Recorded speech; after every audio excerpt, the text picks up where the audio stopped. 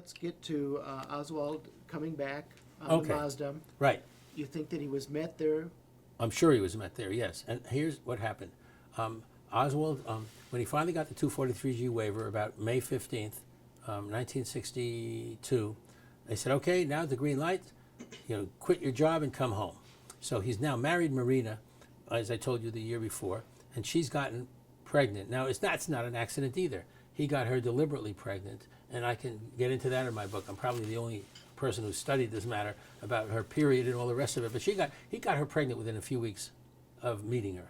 He was trying very hard, and she wanted to use birth control, and he would throw it against the wall. It's actually in Macmillan's book. He would say, no dice. Okay. So he got her pregnant deliberately, and the reason was to have a diplomatic hostage, you might say, and to have an escape plan. He wanted to have a Russian wife. And he was willing to do that. Anyway, she's beautiful at the time, and she was gorgeous. And anyway, so it comes time to come home, and he wants to come home by jet. He actually writes a letter to the U.S. Embassy saying, why don't you tell the commandant in Berlin about me so I can get on a train, go to Berlin, and get a military jet to come back to the United States, which is very peculiar if he was the ordinary defective. Of course, that didn't happen.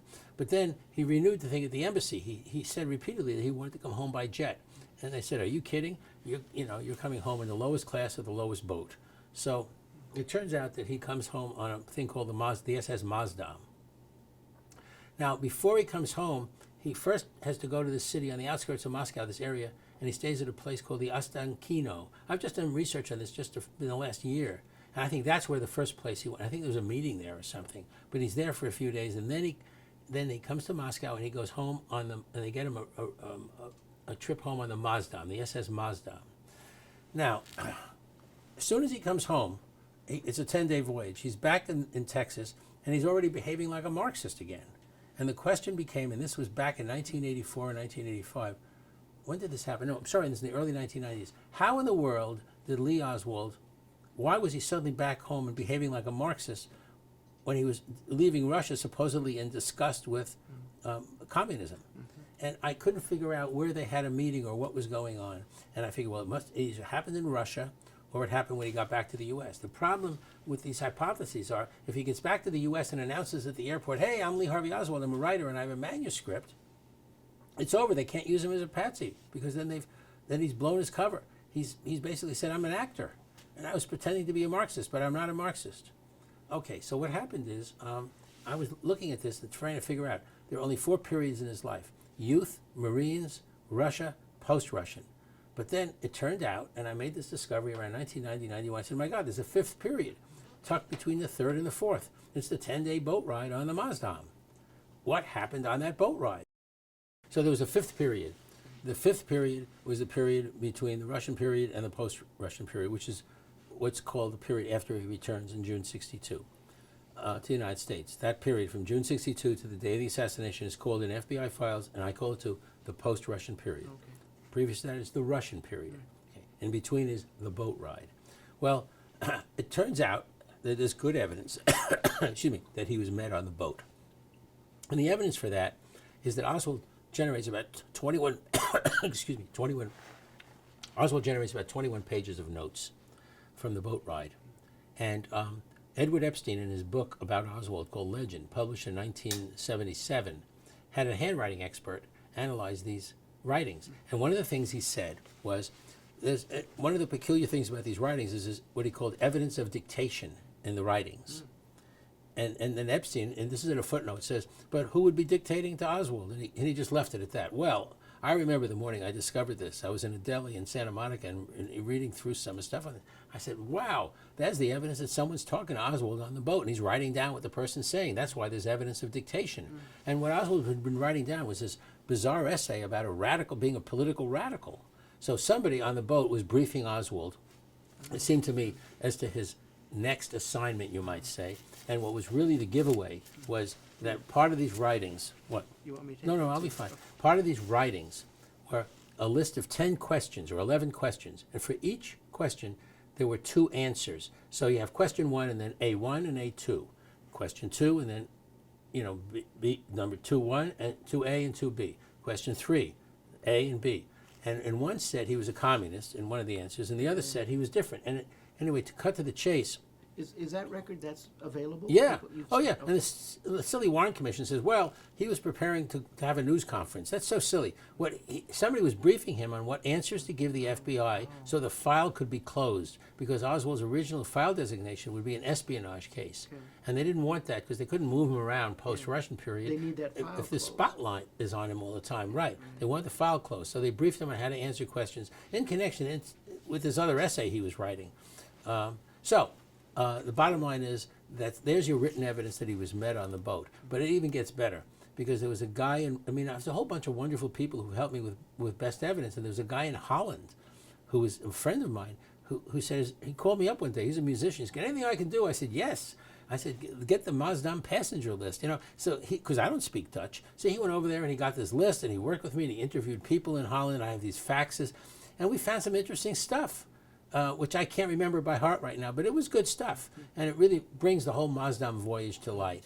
And I believe Oswald was met on the Mazdam, yes, and briefed, or debriefed, or whatever. By a person working for whom? Okay, in order to have the threat of prosecution, there has to be someone there from the Justice Department, basically a Bobby Kennedy representative, saying, look, you're going to do this our way, or you're going to be prosecuted, blah, blah, blah. So somebody from DOJ has to be there. But then there's somebody who, I suppose, who just befriended him. It's my personal opinion, can't prove it right now, it's my personal opinion that George de Mohrenschildt was on the boat. De Mohrenschildt says he first met Oswald in September of '62. I believe he went on the Mazdam and met him there, and I have reasons for believing that, and it'll be in my manuscript. But it's not a cut and dry case. But they had someone, he's from Minsk originally, he speaks fluent Russian, and I So think it makes sense. yeah, It's it makes logical. sense.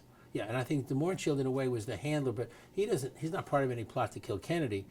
But he's a friend of the Kennedys, of Jacqueline certainly, and so that's connected with his trip home. That's the connection. Yeah, that's the connection. So let's bring him home if we can. Yeah, well, Oswald home. yeah, he and comes then- home. Oh, sure. So Oswald comes home on June 12th or 13th. Let's see, he gets home on June 13th, 1962. The very first thing he does, he goes to the steno the next Monday, the 16th, 17th, and 18th, I believe are the dates. He spends 3 days with the steno going through his 15,000 words of notes, getting them all typed up. We don't have that record. Was that in Dallas, by the way? Or That's in Fort Worth. And during that period, because of a connection, a reporter for the Fort Worth Press hears of Oswald and wants to co-write with him. And that reporter is named Johnny Tackett, and he writes him a letter, and Oswald doesn't meet with him. But anyway, I looked up Tackett, and we have a beautiful filmed interview of Johnny Tackett in 1990, in which I show him the manuscript in the middle of the interview, and he's really surprised at the fact, because and he looks at the manuscript and he says to me, I still think he murdered President Kennedy. I mean, that's how strong the hold was. This whole idea of showing someone's a writer, it's not going to break the hold that he's not an assassin. right. And that happened with Johnny Tackett, too. So where are we now? Let's just... Well, so from '62 when he came home, and you had mentioned earlier that he's not pretending, but he seems to be a Marxist. Oh, yeah. Now And he's- that part was surprising, given that. Yes, but he's now back doing something for the for intelligence. So he has another assignment. Yeah, and what's great about and here's what's great about this, because from June '62 he gets the notes typed out. Now he starts to write his manuscript, and we have the manuscript, and it's 17,000 words or something, and it's published in the Warren Commission, and then it's typed up. So we have the manuscript. And what's great about this whole situation is that during this period when he's pretending to be a Marxist, and I'll tell you what he's doing in a minute, he's writing the anti-communist manuscript. That's the proof that it's all pretense. So what he's done is, during this period, he tries to join the Socialist Workers' Party on October 29th, 1962, and they say to him, no, there's not enough people have a chapter out there. But he talks about it. He loves the SWP. He subscribes to the communist newspapers. He sends them samples of his photographic work. He's working at a graphics arts house and says, can I help with the photography of the Daily Worker and for the social, or the Militant, the newspaper of the Socialist Workers' Party. So he's definitely pretending to be a communist. At the same time, he's writing an anti-communist manuscript about Russia. When I say anti-communist, not John Birch anti-communist, just like Walter Cronkite anti-communist, a middle-of-the-road guy who's talking about all the deficiencies of the Russian system when it comes to buying a car, getting property, doing this, getting that, getting an education. He writes about it all in his manuscript called The Collective, which the steno said was going to be called Inside Russia. Okay. So that's the deal on Oswald in the fall of '62. Now, He has the manuscript. We now get to the end of 1962. We're into now January 63. Now something happens there where his agency connection, whatever he's doing, takes a turn towards violence, because in January he orders a pistol, and in March he orders a rifle. This is going to be the pistol that supposedly killed Officer Tippit, but the rifle that supposedly killed President Kennedy. That's on March 12th he places the order. It's shipped on March 20th or something like that. Now, however, in January 1963, this is the first quarter of 63, all this is going down. In January, he signs up for typing lessons, you see, because, now He why? wants to work on his He manuscript. wants to work on his manuscript, and he doesn't own a typewriter. Now, I located the, what's her name again? The typing teacher's name? I forget her. Gladys Yoakum. And I was able to interview Gladys Yoakum on camera in 1996 in a fairly extensive interview at her home. She died 6 months later. She was in the 90s, but she was pretty sharp. I have great film footage of that, and we can show it, of Gladys Yoakum. And he sat in the back working on his own stuff, she said. And Gladys Yoakum loved President Kennedy and all the rest. Okay, so Oswald's working on his manuscript, and the last typing class, when he had access to the typewriter, was in late March 1963. Now, during this same period that he's working on his manuscript, apparently he's planning to shoot General Walker, which is very funny, because the Walker shooting, whoever the handler is in this, has dreamed up the scheme to make the Walker shooting the stalking horse for the Kennedy assassination. And you have to look up the word stalking horse and understand what that means. That he's doing this and that and the other for this Walker assignment, but after the fact, it's going to be looking like the fact this guy's just a murderer who runs around shooting public officials, you know? You mentioned a couple things, David. Yeah. You mentioned handler, Yeah. that you might comment a little bit more on, and then you mentioned the Walker shooting being the stalking horse. Yes. And so tell us a little bit more about what that means. Okay. First handler. A handler what do you think was going on? The handler, the relationship between an agent and a handler is the relationship between an actor and a director. So Oswald had a handler, which means he wasn't just left to his own. He wasn't just told, here, kid, go out in the field and pretend to be a Marxist. Tell us how you're doing in a few months. He's given day-to-day guidance. There had to be many meetings. So do this, do that, write the Communist Party, do this. Now, tell your wife this, do this. And then we're setting this up for April 10th. You're going to go and take a shot at Walker, a fake shot at Walker. It's a deliberate missed shot.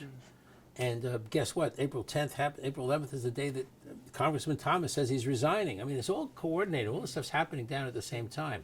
In early March, in mid-March 1963, there's a very important CIA file I discovered, which is called Plots to Assassinate the President of the United States. And it's one digit removed from stuff relating to Oswald, which has been called the smoking file. To make a long story short, Oswald was, I believe, had the mission of being a pretend assassin. So Oswald was to assassination the way a DEA agent opens up a drug deal. It's a fake drug deal. He's trying to ensnare other drug dealers, find people who are drug users. Oswald was told he's a pretend assassin, so he has the rifle. He's going to fire the rifle. He's going to pretend he's going to go look for other radicals to commingle with, report back, all the kind of stuff that an agent does. And I think that's the way he was set up. He thinks he's a pretend assassin. And the Walker shooting was part of establishing his cover as this radical on the loose in the Dallas area. That's what I think. Okay. Never purposely intended to shoot him. No, I think it was under the guidance of a handler. I don't even think, I think he was, we know for sure he came back and told Marina, I just fired at General Walker. And we know there's a supposedly near miss of Walker that night. I don't know that Oswald actually stood at the fence with the rifle. Okay. I think somebody may have fired a shot. Okay. And I don't even know that Walker's not in on it. I mean, Walker may be in on this part of the charade. I don't know. Okay. He certainly didn't like But President it served the Kennedy. purpose of connecting Oswald with Violence. violence. Oh, absolutely. Exactly. And there's That- articles that that's- appear on that's the huge. internet. It's huge to this day. And it also served the purpose at a very personal level. Marina, once Oswald came marching in the house that night saying, I just tried to kill General Walker. She said, who's General Walker? And he explained. He said, well, he has to die, blah, blah, blah. So he's in a role, even with his wife. Yes, he kept his truth about himself from his wife. He's in a role, he's role-playing in front of his wife.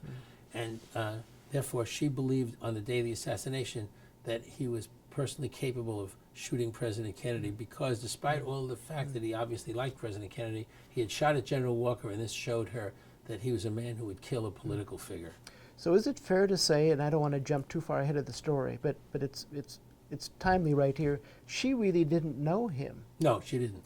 because he didn't let her know him. That's right. He kept her. So he played a role not just when he left the house. Right. He was in a role play. He played the The role whole to time. the hilt. He kept a picture of Castro above the mantelpiece. You know, people who don't understand this say, well, Oswald was really a Marxist. Look, he kept a picture of Castro at home. He lived the legend. That was his role. And when I interviewed Marina, when I had a little film left on the camera, I said, Marina, if Lee could come home and reappear today, what question would you ask him? If you had one question. She said, well, you know, years ago it would have been, did you kill the president? She said, but I know now that he didn't do that, she says. And she says, pause, and there's this great Greta Garbo look, and she looks at the camera and she says, I would say to him, who are you? Wow. Who are you? Yeah, she didn't know who he was at the end. She knew he loved his children, and she knew he liked President Kennedy, but she couldn't figure it out because he kept her in the dark. Sure.